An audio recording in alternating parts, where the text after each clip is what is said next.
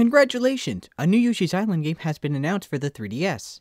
Yoshi's Island is having a new game on the 3DS. Good news! A true new sequel is going to be released on the 3DS called Yoshi's New Island. Yoshi's New Island! Nintendo must have watched this video because Yoshi's New Island is coming out for 3DS. There is a Yoshi's Yarn coming to Wii U and Yoshi's New Island for 3DS. Yoshi's New Island! Yoshi's New Island is coming soon. They are making Yoshi's Island for the 3DS. Yay! They are making a new Yoshi's Island. Yoshi's New Island. Well, at least we have Yoshi's New Island coming. Yoshi's New Island is already out. So Kaz, what did you think of Yoshi's New Island? Created in 1995, Super Mario World 2 Yoshi's Island was a 2D platformer made by Nintendo EAD and Shigeru Miyamoto.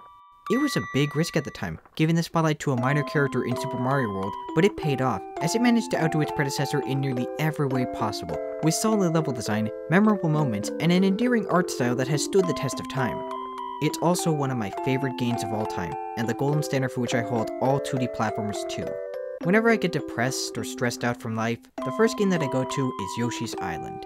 It brings me back to a different time, where my biggest worry wasn't failing finance, but avoiding Kumon. A time where video games weren't about endless cinematics or challenging what the definition of a video game meant. A time where games simply tried to be fun, bringing hours upon hours of joy into my childhood. Most of the games I played when I was younger were pretty bad, and while I couldn't tell what a bad game was at the time, I treasured the ones that were good, with Yoshi's Island being among those shining gems. I remember all the time spent exploring the creative world, the incredible boss fights, and wonderful presentation to accompany this amazing adventure from the opening screen to the closing credits. Time passed and my judgment had sharpened with age. The games that I had held so high in regard came crashing down so low. Even the ones that do genuinely hold up have aged in some regard. But Yoshi's Island was different. It's one of the only games that I can honestly say has gotten better with time. Every time I play it, I notice something new about it that makes me appreciate it all the more. The impeccable level design, the brilliant use of the egg throwing mechanics, and the sheer amount of creativity that went into making this charming little platformer. It's not perfect, of course. The transformations could be difficult to control, the skiing level was frustrating, and there's that cringe-worthy cry. But the few flaws it has are easily outweighed by the grand amount of features that Yoshi's Island gets right. Which makes the fact that it never got a true sequel all the more tragic. To be sure, Nintendo certainly tried to follow up the SNES classic, but have yet to pull off a title with even half the quality of Yoshi's Island. On the Nintendo 64, there was a planned successor called Yoshi's Island 64. Instead, we got the forgettably easy Yoshi Story, a game which general consensus says is neither a good Yoshi game or worthy sequel to Yoshi's Island. The only sequel we ever did get came over a decade after the original. In 2006, a studio by the name of Artoon brought us Yoshi's Island DS, and in between those two follow-ups, a slew of cash-ins with no regard for quality whatsoever. Like Mickey Mouse, Yoshi has become less of a lovable mascot, and more of a marketing tool slapped onto some cheap merchandise to sell a name recognition alone. And quite frankly, Yoshi deserves better than this. The best of the bunch, Yoshi's Island DS, was an average title at best that only tacked on gimmicks to the tried and true mechanics of Yoshi's Island, like new babies. And if you thought Baby Mario could get annoying, just take a listen to Baby Wario.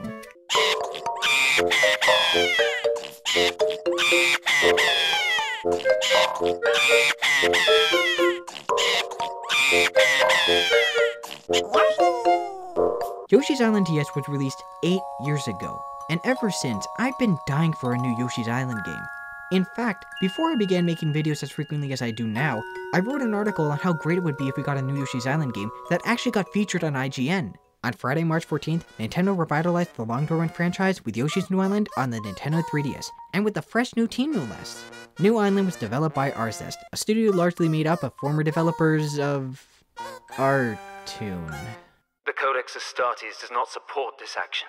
For the record, Artoon were the hacks behind Yoshi Topsy Turvy and have never made a good game in their entire existence. Ask your friends if they enjoyed Vampire Reign, let alone know what I'm talking about. There is an upside to this all. The director of Yoshi's Island, Takashi Tezuka, is on board as producer of New Island, who is also senior producer of Yoshi's Island DS. Well, there's also several members working on New Island that also worked on Yoshi's Island. Not only that, but several new members of Arzest were former Sega employees who worked on the Panzer Dragoon series. And the worst you can say about anybody who's worked on Panzer Dragoon is that they weren't competent enough to lose the original code to Panzer Dragoon Saga. So, can some old leadership and new talent craft the first worthwhile follow-up to Yoshi's Island? Or is this one island you want to get off as soon as you can? Let's find out. The story to Yoshi's Island begins with the last one left off, with Baby Mario and Baby Luigi being dropped off by the stork to their parents' house. It turns out the stork delivered the babies to the wrong house. What a twist! Yeah, what a twist. So the stork sets out to deliver them to their rightful parents. Kamek kidnaps Baby Luigi, Baby Mario falls onto an island, and the Yoshi set off to reunite the pair. I wouldn't have so much of a problem with this plot, except for the fact that Artoon made Yoshi's Island yes, and that's not how that game ended. In fact, there's no mention of what happened to the rest of the babies at the end of that game. The ending to New Island is also a cruel joke that insults the player's intelligence, but for the sake of spoilers, I won't say what it is. Also, can we talk about how creepy it is that Kamek kidnaps babies? He lost the last 2 times he kidnapped Baby Luigi, so what chance does he have at succeeding now? It really goes to show you how weak a basis there is for a Yoshi's Island sequel to be crafted by this team. If they can't put in enough effort to remember the ending to the last game that they made in this series, then you can only imagine the care and attention that the rest of the game was given.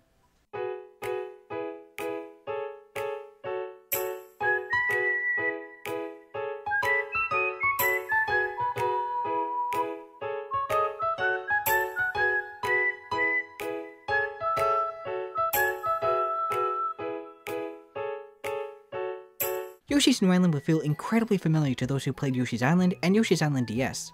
You run, you jump, you throw some eggs, you pound some ground, and collect red coins and flowers throughout the game's 6 worlds. It's a solid foundation, ripe for expanding upon in a sequel.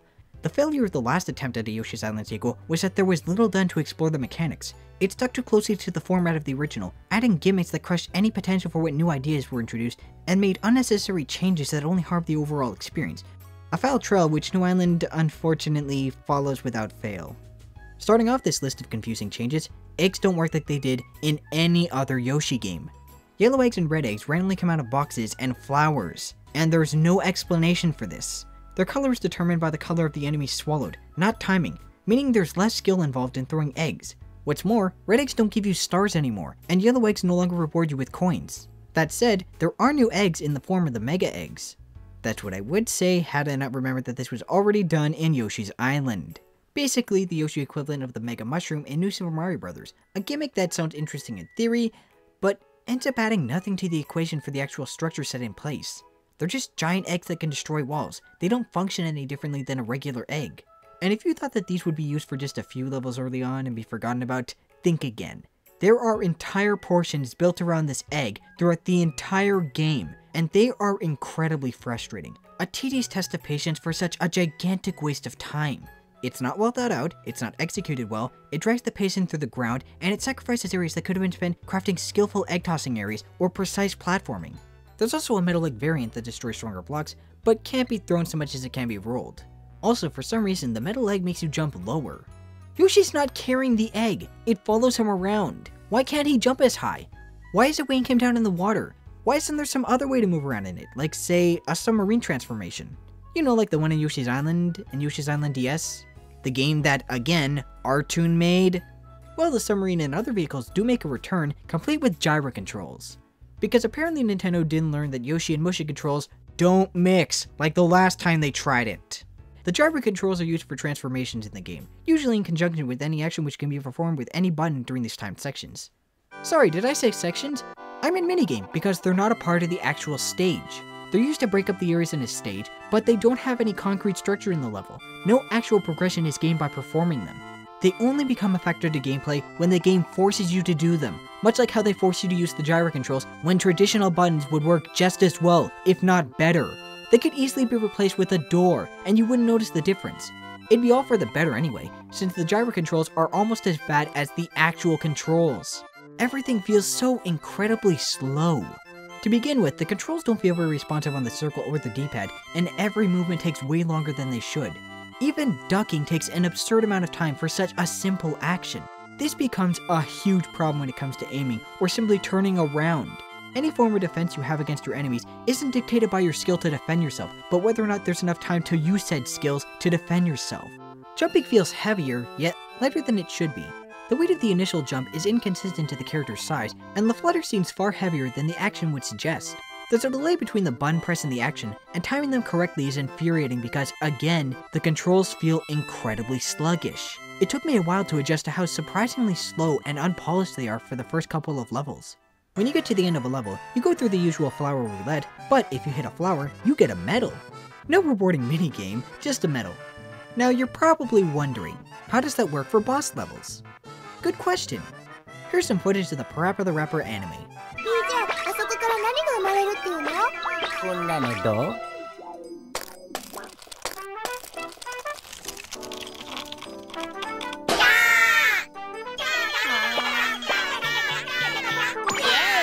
If that doesn't help answer your question, I understand, because the game never explains how to get medals for bosses, which, considering how much handholding there is in the beginning, is baffling.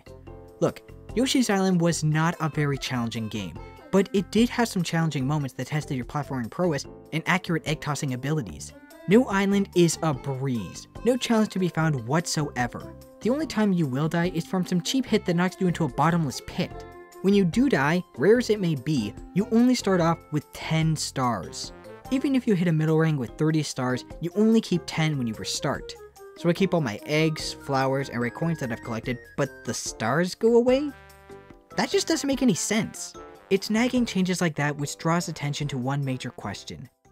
What does this game have over Yoshi's Island? The level design is pitifully poor, the mechanics are underused, the gimmicks beyond grading, and the controls are insufferably slow. You can't even say it's Yoshi's Island but on the 3DS. Ambassadors got Yoshi's Island on the 3DS a long time ago. Even if you don't count the Ambassador exclusive release, which frankly I wouldn't blame you for, it's coming to the Wii U later this year, and will probably cost less than this waste of $40. The only new additions are gimmicks, filling with no substance, which comes at the cost of subtracting old favorites. Where's the fun minigames to play, the variety of things to do, the power-ups to use? Nowhere to be found in these dreary, dull excuses for stages, the game seems to reply. The level design is banal, poorly structured, and pathetically par for a platformer. They don't evoke a desire to explore them and collect all the coins and flowers. They make you want to move on to the next one in the vain hope that they'll get better at some point. But they never do. Yoshi's Island was, all things considered, a collectathon platformer with a ton of creativity and ingenuity in terms of design. The levels felt grand in size, they were fun to explore, they made great use of the mechanics, and it felt rewarding to get that 100 at the end of a level. I never felt motivated to go out of my way or explore for secrets in New Island. The levels are just too uninteresting to give any incentive to do so, and there's no reward that justifies the tedious search to complete every single one. The developers seem to agree because the design feels effortless, hollow and lifeless. Why are there flower enemies in a snow level? Because the developers couldn't be bothered to recycle the other ice enemies they had to work with from Yoshi's Island and Yoshi's Island DS. Why are there so many invisible clouds that you have to hop around and find in order to simply progress through the level? Because rather than create a lengthier, more well-designed stage, the developers wanted the player to waste your time looking for them. Perhaps the biggest problem of all is that the stages are incredibly small and very short. Most of them can be beaten in less than 3 minutes, and without an incentive to replay them, the playtime is just as puny. You can beat the entire game in one sitting. This wouldn't be such a problem if the levels were of a high quality, except, as I said before, there is nothing unique about them. No unforgettable moments, or excellent exploration to be had in a single world, let alone in one stage. The only memorable parts are when they rehash Yoshi's Island. Not because they're any good, but because they make it clear what Yoshi's New Island is. A poor effort at recapturing the spirit of a classic. It's the difference between a child putting on a Superman costume and the actual Superman. Just because they dress up like them doesn't make them who they're trying to be. The method and execution of these moments in these two titles are completely different. In New Island, they only serve as a reminder of what you're not playing, or in some cases, what you would rather be playing than this. As repeated as this phrase may be, there really isn't anything new in Yoshi's New Island. There's not a single original idea in here, just a grand amount of gimmicks thrown into generic levels in the hope that something will work. Even the bosses feel uncreative and unpolished. They lack any sort of challenge or tension. Look at this. I am standing in one spot. In this one place, the boss cannot hurt me. If you're noticing that the gimmicks have been the focus for most of the review, it's because they're the only new thing to discuss. There's nothing unique to analyze and critique here. Nothing worth notice. Whoa. Okay, so now the superstar makes Yoshi super fast and can run up walls. We've moved from creating useless gimmicks to straight up copying Super Mario Galaxy 2. Or possibly Sonic the Hedgehog. Considering Yoshi had a level made as a free download for Sonic Last World, I wouldn't be surprised. I'm equally unimpressed with how this mechanic only pops up in, as far as my knowledge goes, one level. Instead of taking advantage of a new proven mechanic to explore creative levels, let's take the main selling point for Sega's flagship series and turn it into yet another mindless gimmick. All of these gimmicks take a hold of the entire game and tears it from its foundation, cannibalizing the mechanics from Yoshi's Island in favor of them. Careful leg tossing is non-existent, exploring the levels has more chore than reward, and overall invokes little desire to continue with stages that only grow more tiresome the further you venture forth. Making changes from iteration to iteration is understandable. Often, it's expected. Sometimes it's required. But the changes made have to make sense. Changes should be made to both offer something new that the original couldn't, and to better the overall experience, not remind players of previous entries in the series because of the new one's shortcomings. None of the changes in Yoshi's Island have any logic behind them. They only break what didn't need to be fixed. But perhaps the biggest betrayal of them all, the most unbelievable change, the one which will break the entire game for you. You can't eat the monkeys. Wait. What? Yeah, you can drown the poor things, but turn them into eggs? Nope. But I can't, you're supposed to eat the monkeys. No! Yoshi's New Island is the antithesis of Yoshi's Island. It's a half-hearted attempt to repeat the original success with worse controls and removing what worked so well in the original, replacing them with worthless gimmicks that the Virtual Boy would be ashamed of. That's right, I said it.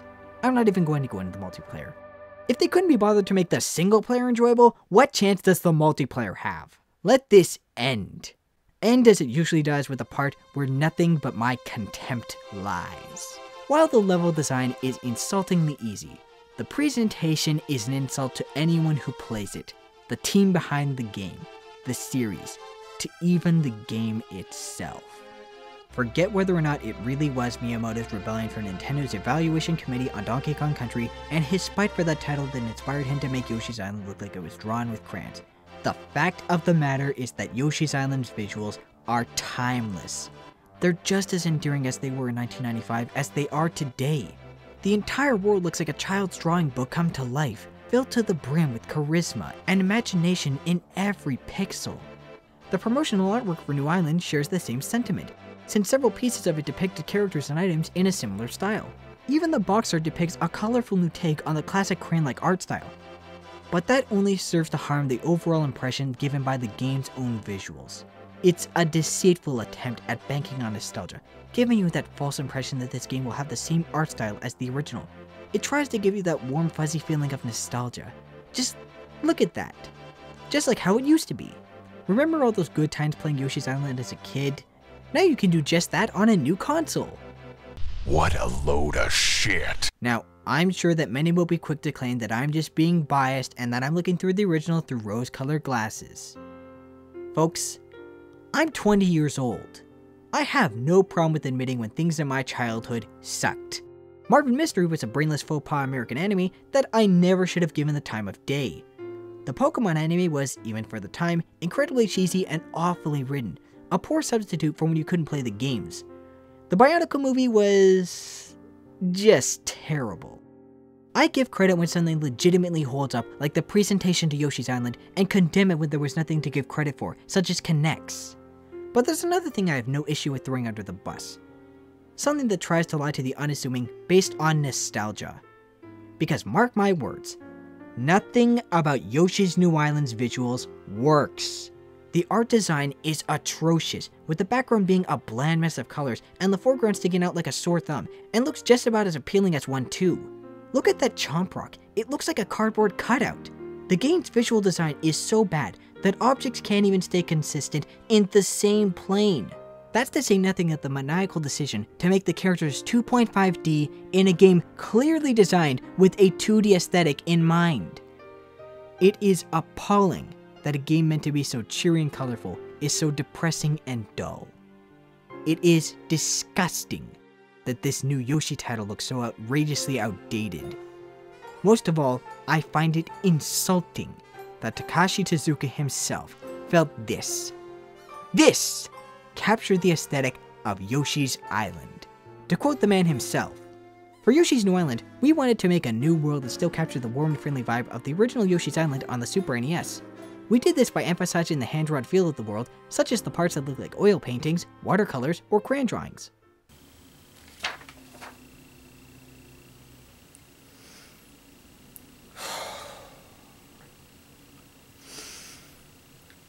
Takusa-san, I have nothing but respect for you and your work. You've had your hand in crafting some of the greatest games of all time. The Legend of Zelda: A Link to the Past, Star Fox 64, every major Mario game out to Sunshine. The list goes on. So, I don't mean to insult you personally when I say what I'm about to say. If you wanted to emphasize the hand-drawn-like feeling of this childlike wonder world, then get your art team to design everything by hand and put in some damn effort, you hacks! Yoshi's Story made the same decision with its visuals, but at least that game has a consistent art design. New Island is by far the bigger offender of the two, removing even the smallest of details into its malformed attempt to reinvent Yoshi's Island's graphics. Enemies look like they were taken from New Super Mario Bros. And just slapped on with the art style from Yoshi's Island, like this Boo. It looks nothing like it did from Yoshi's Island. The only thing that this emphasizes is how little respect the team had for the original. When you have titles like Rayman Origins, whose warm and welcoming visuals not only reminisce about Rayman's 2D days, but also has a great visual style of its own, there is no excuse for this. Heck, Good Feel made one of Nintendo's most adorable characters even cuter in Kirby's Epic Yarn, a delightful title that captures everything that made the pink puffball so lovable with an entirely new spin to it. Or, if you'll permit, an entirely different yarn to it. This isn't even me looking at behind the quote-unquote nostalgia goggles I'm sure people have rushed into the comments to accuse me of wearing as illiterately as possible. If this was any other game, I would say the same thing. I would comment how the visual style looks inconsistent. I would criticize how the art assets look terribly tacky. I would mention how much of an eyesore the entire experience is. But this isn't just any other game. This is a sequel to Yoshi's Island, a title whose charming aesthetic has stood the test of time as one of the finest visual presentations on any system. And for that, Yoshi's New Island fails on every level. It's an often repeated fact that video games have become more expensive to make over the years, namely due to the focus on powerful game engines and graphics. Knowing that and how much this likely cost Nintendo to produce, why couldn't they make it look more appealing if it looks this bad? And bear in mind, that's just the visual part of the presentation. I haven't even gotten into the sound design. While it isn't as offensive as the graphics are, it's still rather awful. Sound effects are recycled from previous Yoshi titles, and the one sound that no one wanted to hear again makes a return, much to your eternal demise. They clash with the newer sound and don't fit with the rest of the game. And then, there's the music. Composer Koji Kondo's score for Yoshi's Island was mesmerizing. A superb soundtrack that pleases the ears with a variety of terrific tunes and magnificent melodies. From the opening to closing notes, the soundtrack is nothing short of spectacular. Yoshi's New Island, on the other hand, it's... You know what? I can't put it into words. So here's what I'm going to do. I'm going to play you a short piece of the very first music you hear in both games. The very first piece of music you hear without pressing a single button. First for Yoshi's Island, and then Yoshi's New Island.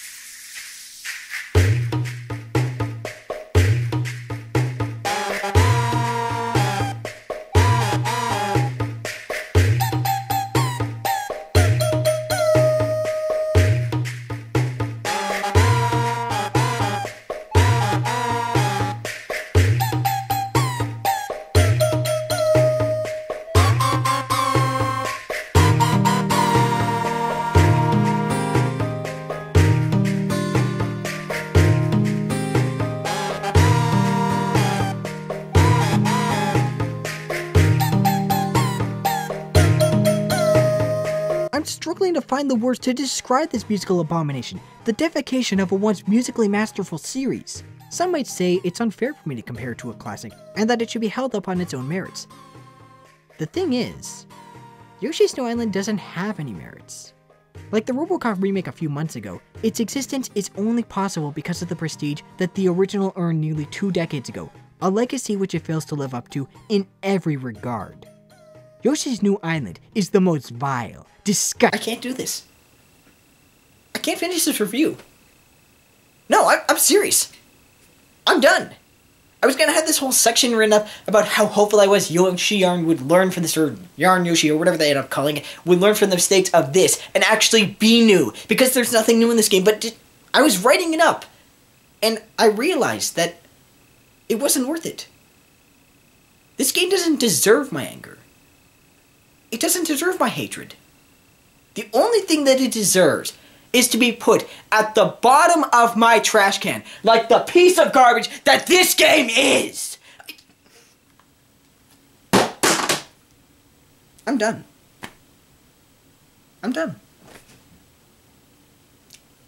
Yoshi's New Island gets no recommendation from me. I'm not putting it on the scale. It's not even worth that. It falls off my critical spectrum. I can't give it a recommendation. There's nothing to recommend in it. I'm done. Yoshi's New Island, everybody. That's all I got. That's the review.